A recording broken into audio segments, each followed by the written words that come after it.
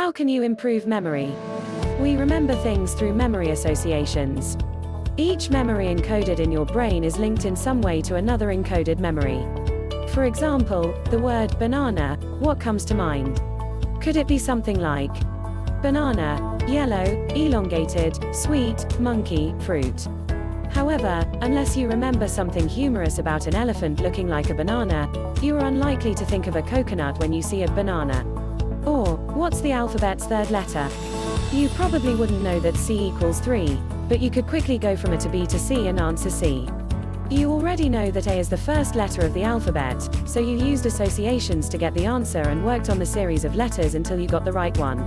If you can't associate with something specific, it becomes challenging to find the information you need. For example, let's say you need to remember that the next bus leaves at 4 p.m. So it's easy to forget that information. If our memory works by association, we can use an active association between two data bits. To give you an example of a bus that you have to catch at 4 p.m., you can imagine the bus in your mind and notice that it has 4 wheels. 4 wheels at 4 o'clock. Now you have an association. You are now more likely to remember it after it has settled in your mind. Sometimes the association of memories is straightforward to make. For example, when you meet Mr. Brown, who lives in the brown-roofed house at the end of the street, your thoughts for Mr. Brown are, brown under a brown roof is relatively easy. What if you're in a sociology class and try to remember your class number, and it turns out to be the same as your locker number? Another easy association. We need to be more creative when associating things with each other if the data is not associated somehow. However, it's not too difficult to do. Most people find that rhyming and remembering acronyms helps them remember things. I before E except after C when it sounds like A as in neighbor and way.